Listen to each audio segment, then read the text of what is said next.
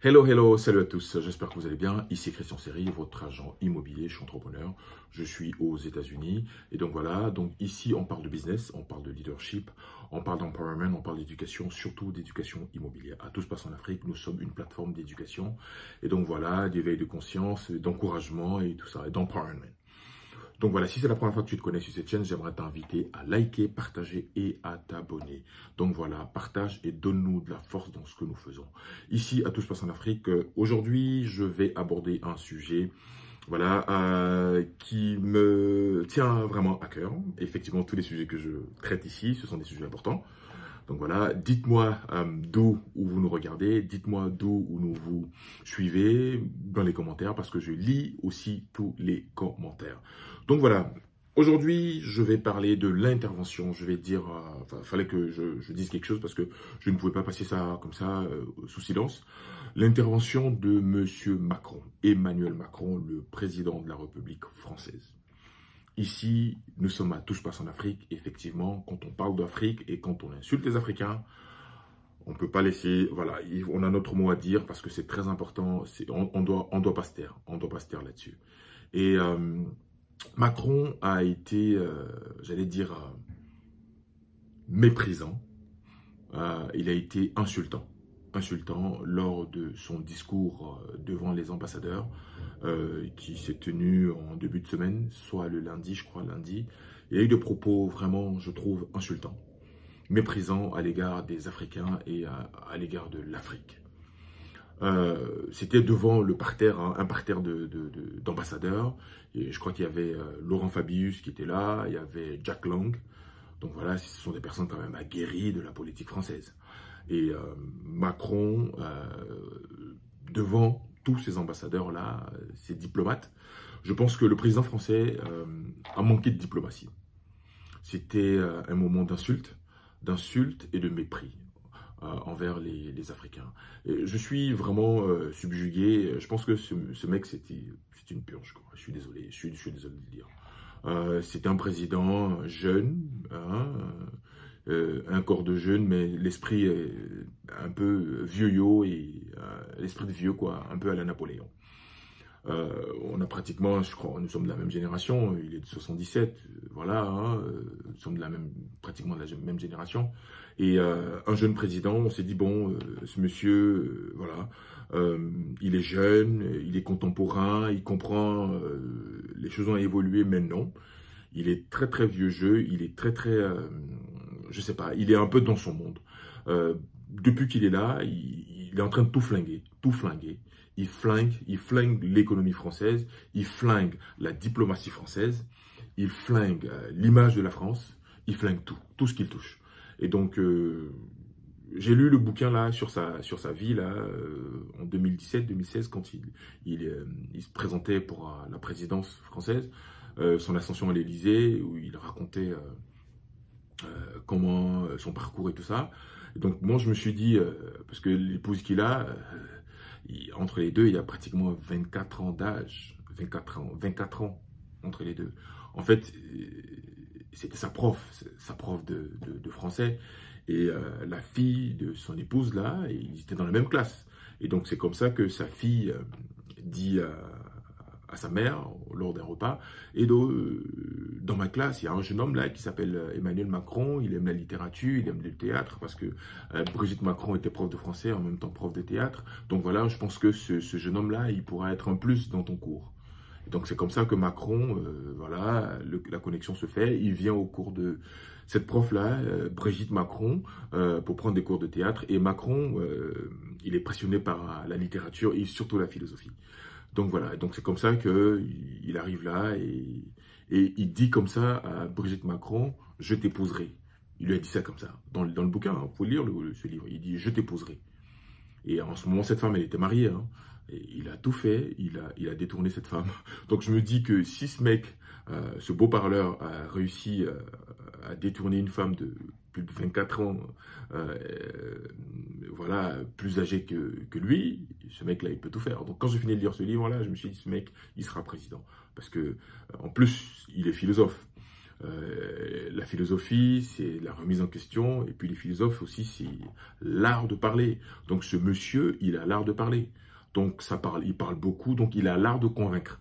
Donc c'est comme ça, et donc c'est comme ça qu'il est devenu un très grand communicant, et il a bluffé tout le monde, il a bluffé tout le monde, et prendre la tête de la France. C'est comme ça qu'il se retrouve là. Donc je me suis dit, voilà, un jeune président, et il est jeune, il est plein de fougue, mais non. Et je l'ai vu pendant la campagne, hein, il était même allé en Algérie, il a fait des discours, oui, la France a fait du mal à l'Algérie, et donc la France reconnaît cela. Donc on s'est dit, bon voilà, voilà quelqu'un qui vient changer les choses, mais non, il fait partie vraiment de la pure oligarchie, quoi. Donc il a travaillé pour des banques d'affaires, Rothschild et tout ça. C'est quelqu'un que Jacques Attali a pratiquement préparé, parce que c'est Jacques Attali qui le présente au début, dans les années 2007, et tout ça, à Nicolas Sarkozy, après, comment il s'appelle, à François Hollande. Et donc c'est comme ça que petit à petit, il a gravi les échelons, et puis bon voilà, il arrive là. Donc ce mec, c'est pas vraiment, il nous montre vraiment ses limites, quoi. En termes de diplomatie, en termes il n'est pas concret, parce que son premier mandat, il y a eu les Gilets jaunes. Donc on s'est dit, bon, peut-être au deuxième mandat, vraiment, les Français l'ont élu vraiment pour ne pas voter l'extrême droite, en fait. Donc voilà, on dit en général dans la vie, hein, on choisit le moindre mal. Donc voilà, c'était lui. Mais vraiment, ce mec-là, il fait vraiment beaucoup de mal à la France. Donc dans ses propos, il dit que les Africains ont oublié de dire merci à la France. Donc l'ingratitude est une maladie. Donc voilà, que sans la France, beaucoup de pays africains ne seraient pas souverains. Mais je ne sais pas, je sais pas s'il a lu son histoire. Je ne sais pas si on a les mêmes livres d'histoire. Je ne sais pas, bon, quand on est au pouvoir, on est enivré, parce que le pouvoir, il enivre, hein, donc voilà. Je ne sais pas, voilà, je ne sais pas ce que vous en pensez, mais vraiment, j'ai été vraiment subjugué. Je me suis dit, un président, tu ne peux pas parler comme ça. Tu ne parles pas comme ça. Je suis désolé, tu es président de la France. On a connu beaucoup de présidents. Mitterrand, Jacques Chirac, bon, même si on avait eu le Sarkozy qui avait un peu la bougeotte, mais ce président-là, moi je pense que la France a vraiment touché le fond. La France a touché le fond. Il n'y a aucune vision, il n'y a aucun plan. Je trouve que le président français, il se trompe complètement d'époque. Doit avoir maintenant 47 ans, mais c'est un jeune président, mais il est complètement dépassé. Je trouve qu'il est obsolète, comme dans sa manière de penser. Donc, vous regardez vous-même toutes les personnes qui l'ont aidé à accéder au pouvoir. L'ancien maire de Lyon, là, dès que Macron a pris, il est arrivé à l'Élysée, ils se sont séparés au bout de quelques mois. Voilà. Et tout, même les premiers ministres qu'il prend, il ne reste pas longtemps. Il y a chaque 3, 4, 6 mois, il y a des changements. C'est vraiment, vraiment une calamité. Donc, heureusement qu'il arrive à la fin de son deuxième mandat et qu'il ne pourra plus se représenter, mais c'est vraiment un tort pour la France. Tu ne peux pas parler comme ça. Tu ne peux pas parler comme ça. C'est incroyable. Quand j'ai entendu ça, j'ai eu les oreilles qui sifflaient. Comment un président, devant des diplomates, tu peux parler comme ça, sans diplomatie? Tu insultes les pays africains. Donc, en fait, je pense que l'Afrique est en mouvement. L'Afrique va changer. L'Afrique est en train de changer. L'Afrique est en train de se développer. Il y a un ancien ministre français qui disait que la France, c'est un petit pays qui a eu la chance de marcher avec les grands. Donc voilà, quand les Anglais, parce que quand il y a eu l'impérialisme, il y a eu les Anglais et tout ça, avant c'était les Portugais, après les Portugais, même c'était les Hollandais, les Portugais, les Espagnols. Après les Espagnols, il y a eu les Anglais et les Français. Mais quand les Anglais sont partis de l'Afrique ou des pays colonisés, ils sont vraiment partis.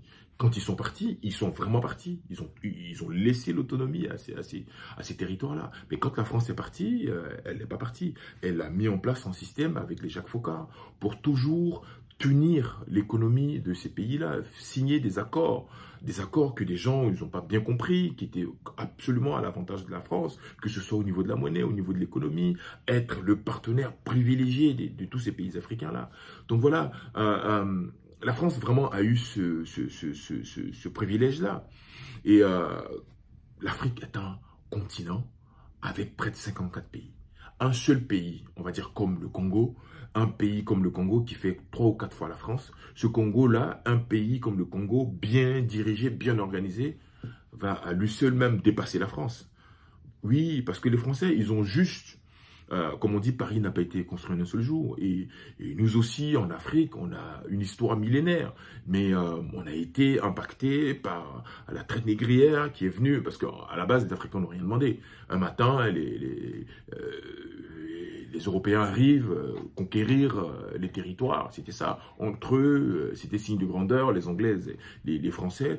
Plus tu as des territoires que tu as sous ta bannière, plus tu montes ta grandeur. C'est comme ça qu'ils débarquent en Afrique. Ils viennent prendre les Africains et ils sont venus avec toutes les richesses qu'il y avait en Afrique. Ils ont débarqué. Et donc voilà. Et l'Afrique a une histoire. On parle de l'Empire du Mali, on parle de l'Empire du Ghana. On avait des systèmes économiques, politiques, même l'Égypte antique. Donc voilà, on ne peut pas débarquer comme ça et insulter les Africains. Même si, je le dis aussi, c'est la faute de certains présidents africains, dirigeants africains, voilà, qui n'arrivent même pas à vraiment diriger le pays et développer le pays comme il se doit, avec la corruption, avec le népotisme. Mais beaucoup de choses vont changer. L'Afrique est en train d'évoluer, l'Afrique est en train de changer, les mentalités sont en train de changer. Et donc voilà, et donc pour revenir aux propos du président français, je trouvais que ces propos étaient très insultants et très très méprisants. Je ne sais pas ce que toi tu en penses. Un président ne parle pas comme ça. Et donc voilà, rapidement, il y a eu des interventions. Des présidents comme le président du Tchad a répondu. Et il y a le président aussi, pas le président, le premier ministre du Sénégal qui a répondu à Emmanuel Macron, dont je vais lire ici la réponse du premier ministre Ousmane Sonko du Sénégal. Il dit « Je tiens à dire que le cas du Sénégal, je tiens à dire que dans le cas du Sénégal, cette affirmation est totalement erronée. Aucune discussion ou négociation n'a eu lieu à ce jour et la décision prise par le Sénégal découle de sa seule volonté en tant que pays libre, indépendant et souverain, a affirmé le premier ministre sénégalais. » Donc, dans sa réplique, Ousmane Sonko a aussi battu en brèche largement l'argument du dirigeant français selon lequel aucun pays africain ne serait aujourd'hui souverain si la France ne serait déployée. Donc voilà. Je vais aller rapidement. Il dit que si les soldats africains, quelquefois mobilisés de force, maltraités et finalement trahis, ne s'étaient pas déployés lors de la Deuxième Guerre mondiale pour défendre la France, celle-ci serait peut-être aujourd'hui encore allemande. Pac! Schlack! Une réponse cinglante du Premier ministre sénégalais.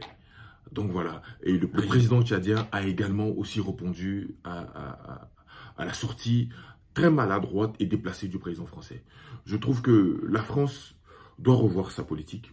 Les choses ont évolué, les Africains ont beaucoup évolué. Les Africains, vous avez remarqué, hein, même beaucoup de jeunes Africains nés en France ou en Europe, ils ont l'amour de l'Afrique. Ils sont en train de revenir même en Afrique pour rebâtir l'Afrique et apporter leur expertise, que ce soit au Sénégal, en Côte d'Ivoire, au Maroc, et tout ça. Les Africains ont pris conscience que l'Afrique a des richesses et donc on a juste besoin de savoir comment nous organiser, être ensemble, et l'union fait la force. Donc voilà, et donc c'est ce qui va faire avancer encore notre continent. On a tellement de ressources. Je ne comprends pas pourquoi certains pays d'Afrique demandent à l'armée française de partir. On traite des Africains de pauvres, mais on trouve que c'est un scandale qu'on parte comme ça et qu'on nous traite, nous les Français, voilà ce qu'on a fait pour vous. Quel est le bilan de l'armée française en Afrique? Dites-nous, qu'est-ce que vous avez fait concrètement? Les armées n'ont pas avancé, n'ont pas été formées comme il se faut, comme il se doit du moins. Au Mali, pendant des années, l'opération Serval, les Maliens ont été décimés, le pays était occupé. On connaît bien le jeu de la France, elle protège ses intérêts. On trouve que le Mali est pauvre, mais non, le Mali est rempli d'or. On trouve que le Niger est l'un des pays les plus pauvres, mais le Niger est rempli de cobalt et de tous ces produits-là que la France a besoin. Donc voilà, l'Afrique est un continent très très riche. Vous prenez l'Afrique du Sud n'a rien à envier à la France. Eux-mêmes, ils le savent. Ils le savent. Donc voilà, donc, Monsieur le Président de la République française, vraiment, de vous ressaisir. Je pense que vous n'allez pas changer, vous êtes comme vous êtes.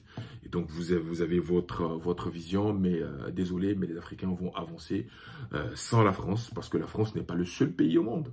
Venez aux États-Unis, vous allez voir aucune voiture française dans les rues. Aucune voiture française. Venez aux États-Unis.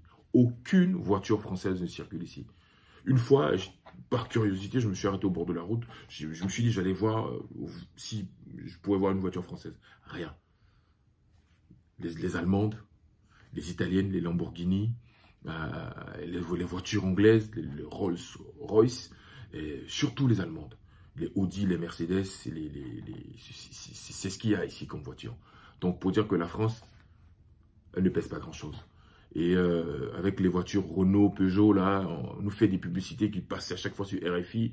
Peugeot, la voiture de l'Afrique, pour rentrer ça dans la tête des Africains que il n'y a que Peugeot que vous êtes en mesure d'acheter, ou Renault, ou Citroën. Donc voilà, la France pèse pas. Voilà, c'est un grand pays, d'accord, mais voilà, elle est ce qu'elle est. Donc voilà, je ne sais pas ce que vous en pensez. Dites-moi dans les commentaires. Donc voilà, on traite les Africains d'ingrats. Je ne sais pas si le mot est placé, bien placé, mais l'Afrique a beaucoup donné à la France et continue encore de donner, que ce soit les descendants d'Africains qui sont encore en France, que ce soit dans le sport, dans le business, dans beaucoup de zones encore, beaucoup de domaines d'activité. L'Afrique a beaucoup à donner et je trouve que les Africains doivent travailler ensemble pour le développement de l'Afrique, parce que personne ne le fera pour nous. Partage, abonne-toi et like. Allez, à bientôt. Salut.